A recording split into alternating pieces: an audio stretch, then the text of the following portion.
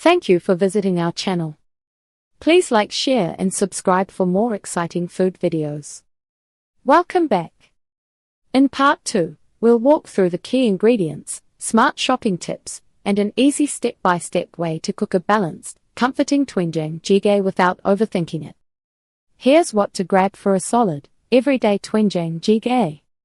Core ingredients: doenjang, fermented soybean paste. Garlic, fresh is best. Onion or scallions. Zucchini, potato, or both. Tofu, medium or firm, holds its shape. Broth or water, more on this below. Nice extras: gochugaru for gentle heat. A small amount of soy sauce if the stew tastes flat.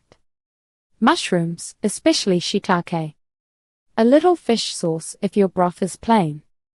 If you shop at a Korean market, you might see soup soy sauce, doenjang, and dashima, kelp. Great to have, but don't treat them as barriers. A tasty pot is still possible with supermarket broth and good paste. Picking a good doenjang paste and how to store it. Doenjang brands vary a lot. Some taste cleaner and mild, others taste stronger and funkier. Salt levels jump around too, so start with less paste, then add more as it simmers. A few quick checks while buying. Look for a paste labeled doenjang, not samjang, which is seasoned for dipping. If the ingredient list includes extra seasoning, the final stew may taste sweeter or more garlicky.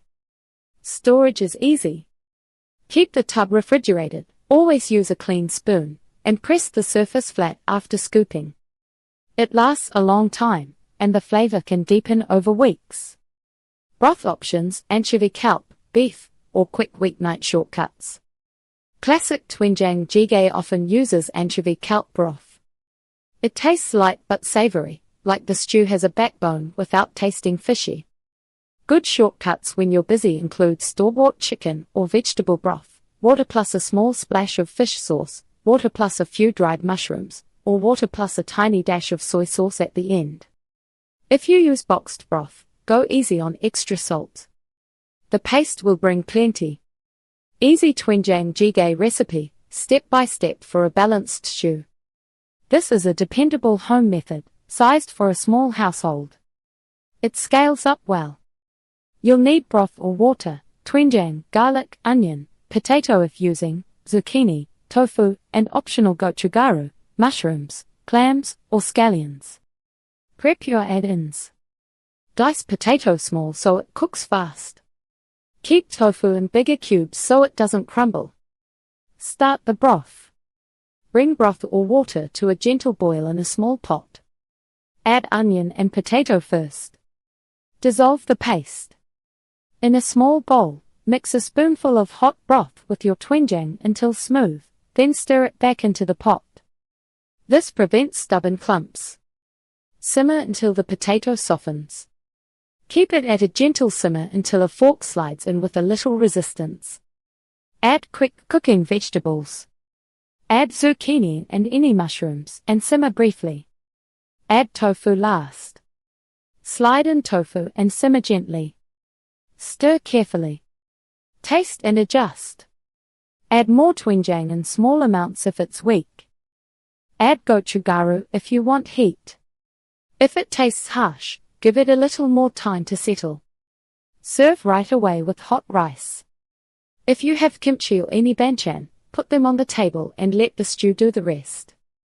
Cooking order that works: aromatics, paste, then hearty veggies, then tofu. Order matters because ingredients don't cook at the same speed. Potatoes need time to soften and release starch. Zucchini turns limp if it goes in too early. Tofu can break if it boils hard. Keep the stew at a gentle simmer, not a rolling boil. Stir like you're moving the broth around the tofu, not smashing it. The dissolve first trick, doenjang mixed with hot broth, also helps the flavor spread evenly from the start. With a good paste, a simple broth, and a few vegetables, Doenjang Jjigae becomes a stew you can rely on anytime. Thanks for watching, enjoy your cooking, and I'll see you in the next video. Thank you for watching. Please remember to like, share and subscribe.